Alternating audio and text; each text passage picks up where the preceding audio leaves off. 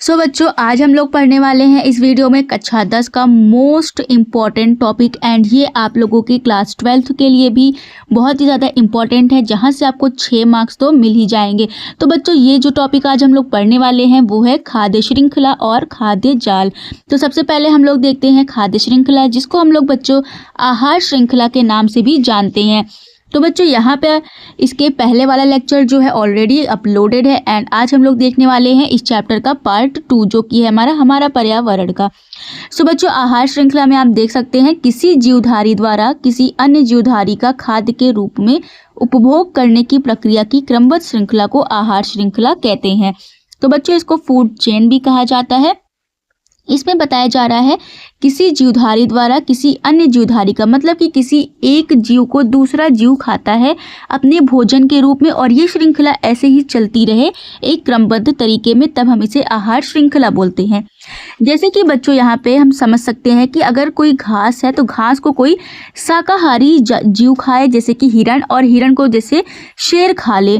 तो ये एक क्रमबद्ध तरीका होता है जिसकी वजह से ये चलते रहता है, और इसी श्रृंखला को हम लोग आहार श्रृंखला बोल सकते हैं। आगे बच्चों, यहाँ पे आप लोग अब डायग्राम देख सकते हैं साइड में, जहाँ पे आहार श्रृंखला के कुछ डायग्राम यहाँ पे स्क्रीन पे हैं। जैसे कि जो आहार श्रृंखला होता है, जब ये श्रृंखला किसी वन में होता है तब आप देख सकते हैं कि पेड़ पौधे को हिरन खाते हैं और हिरन को शेर या बाघ अपने भोजन के रूप में ले सकता है। दूसरा है बच्चों, घास के मैदान में आप देख सकते हैं कि यहाँ पे घास से शुरू होता है। घास को छोटे छोटे कीड़े मकोड़े खाते हैं, एंड कीड़े मकोड़ों को मेढक खाता है, मेढक को सांप खाता है, एंड फिर यहाँ पे सांप को कोई बाज खा लेता है। तो इसी तरह है तालाब में कोई खाद्य श्रृंखला कैसे चलती है। तो साइड में जो डायग्राम है बच्चों, साथ में आप वहाँ से भी समझ सकते हैं।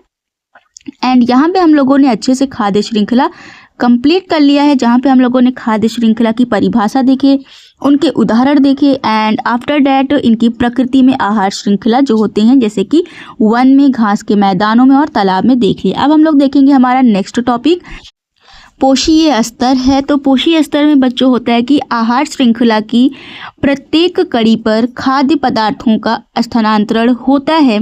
इनमें से प्रत्येक कड़ी पोषीय स्तर कहलाती है। तो बच्चों, आहार श्रृंखला में प्रत्येक कड़ी पर, जो प्रत्येक कड़ी का मतलब है यहाँ पे प्राथमिक पोषण स्तर, द्वितीयक पोषण स्तर, तृतीयक पोषण स्तर और चतुर्थ पोषण स्तर। तो ये हो गई बच्चों कड़ी, जहाँ पे खाद्य पदार्थों का स्थानांतरण होता है, और जितने भी स्तर आप यहाँ पे देख रहे हैं सभी पोषण स्तर कहलाते हैं। तो बच्चों, प्राथमिक पोषण स्तर को हम लोग उत्पादक के नाम से जानते हैं, द्वितीय को शाकाहारी, तृतीय को मांसाहारी, और जो चतुर्थ होते हैं उनको हम लोग सर्वभक्षी के नाम से जानते हैं।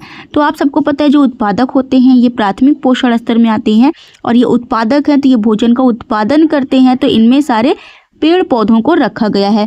तो इसी तरीके से अब हम लोग एक एक करके सारे पोषण स्तर को पढ़ेंगे, जिसमें सबसे पहले हमारा पोषण स्तर है प्रथम पोषीय स्तर, या फिर इसको हम लोग प्राथमिक पोषण स्तर भी बोलते हैं, या फिर इसको हम लोग फर्स्ट ट्रॉफिक लेवल के नाम से भी जानते हैं।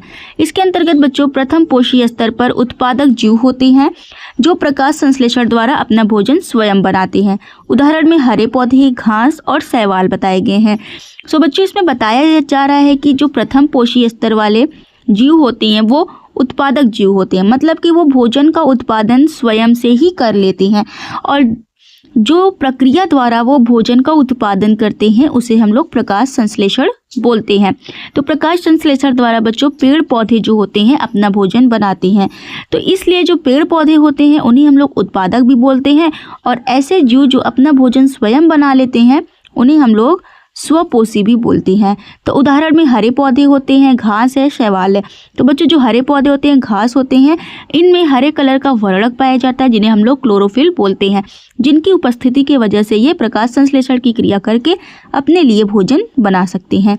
सो बच्चों, यहाँ पे हमारा प्रथम पोषीय स्तर कंप्लीट होता है। अब हम लोग पढ़ेंगे यहाँ पे हम लोग द्वितीय पोषीय स्तर, जिसे हम लोग सेकेंड ट्रॉफिक लेवल के नाम से भी जानते हैं।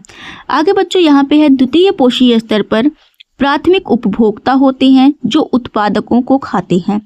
तो बच्चों यहाँ पे बेसिकली इजी लैंग्वेज में बहुत ही अच्छे से समझाया गया है कि द्वितीय पोषी स्तर जो होती हैं वो प्राथमिक पोषी स्तर को अपने भोजन के रूप में खाती हैं। जैसे कि आप लोग पढ़े थे कि प्राथमिक पोषी स्तर में पेड़ पौधे होते हैं, तो अब पेड़ पौधे को जो खाते हैं अपने भोजन के रूप में, उन्हीं को हम लोग द्वितीय पोषी स्तर कहते हैं। जैसे कि हिरण, गाय, बकरी, खरगोश। तो बेसिकली बच्चों अगर यहाँ पे देखा जाए तो जितने भी जीवों के नाम यहाँ पे दिए गए हैं ये सारे शाकाहारी जंतु हैं। तो ये अपने भोजन के रूप में पेड़ पौधों को खाते हैं और पेड़ पौधे प्राथमिक पोषी स्तर होते हैं जिन्हें हम लोग उत्पादक के नाम से भी जानते हैं। तो यहाँ पे ये सारे जंतुओं को हम लोग शाकाहारी भी बोल सकते हैं। आगे बच्चों हमारा है नेक्स्ट हेडिंग जो कि है तृतीय पोषी स्तर, मतलब कि थर्ड ट्रॉफिक लेवल। यहाँ पे हम लोग एक एक करके सारे पोषी स्तर पढ़ेंगे। 4 पोषी स्तर टोटल होते हैं, जिनमें से हमारा तीसरा है तृतीय पोषी स्तर पर द्वितीयक उपभोक्ता होते हैं जो प्राथमिक उपभोक्ताओं को खाती हैं।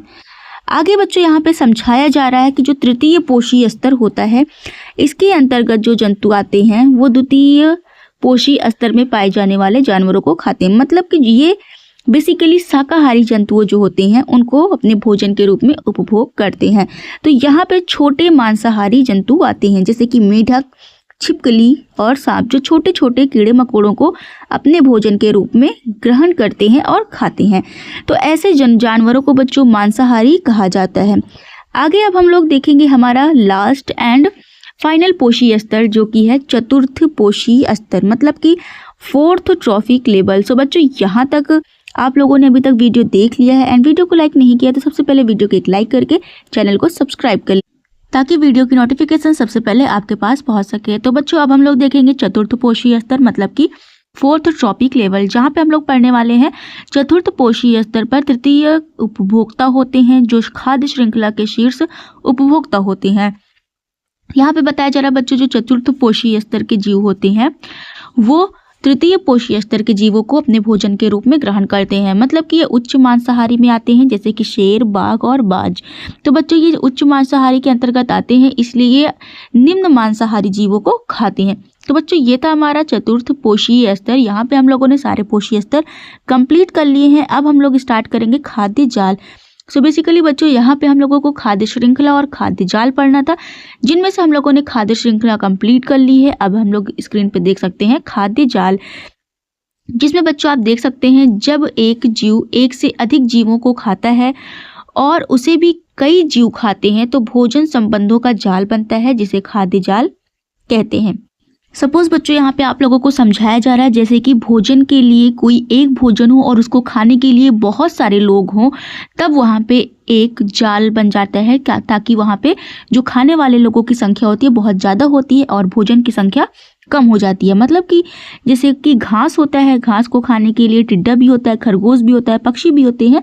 तो ऐसे क्या होता है कि एक चीज़ को खाने के लिए बहुत सारे जीव जंतु होते हैं, तो वहाँ पे खाद्य जाल का निर्माण होता है। आगे आप लोग उदाहरण में देख सकते हैं, जैसे घास को टिड्डा खा रहा है, टिड्डा को मेढक खा रहा है, मेढक को सांप और सांप को बाज। ये तो हो गया बच्चों खाद्य श्रृंखला।